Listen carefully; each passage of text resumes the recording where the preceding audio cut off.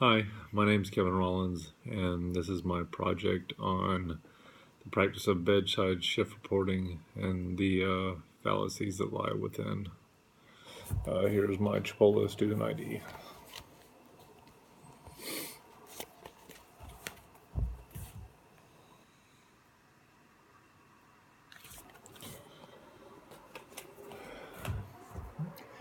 I originally wanted to do this project because the idea that is being perpetrated right now within the medical field is that bedside shift reporting is the best thing that is available to the patient. And while I completely subscribe to this idea, it doesn't always work in certain situations. Um, I work at Bay Medical Center. It is a hospital that pretty much is utilized by a lower socioeconomic stratus of people, and that the hospital always isn't in the black. And so to curb these lower costs, they utilize semi-private rooms.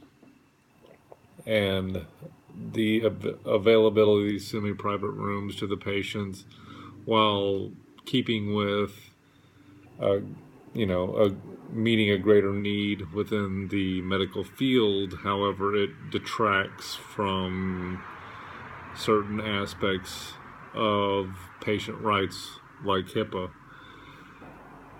Walking into a patient's room and having a complete stranger that they may or may not, completely like sitting next to them, and then divulging their entire medical history in front of them and that patient doesn't always go well. I have found that doing a full S-bar, or as some hospitals are now recommended, the S-bar and P, that the situation background assessment recommendation and patient is not effective in a room that has two people who don't see eye to eye in it, or let alone two people who aren't, a family in it. Divulging a patient's history regarding hepatitis, AIDS, mental retardation, cellulitis, infections, all this doesn't bode well for the patient in the room, let alone the patient sitting beside them. As long as hospitals are willing to continue to have semi-private rooms, I don't feel that a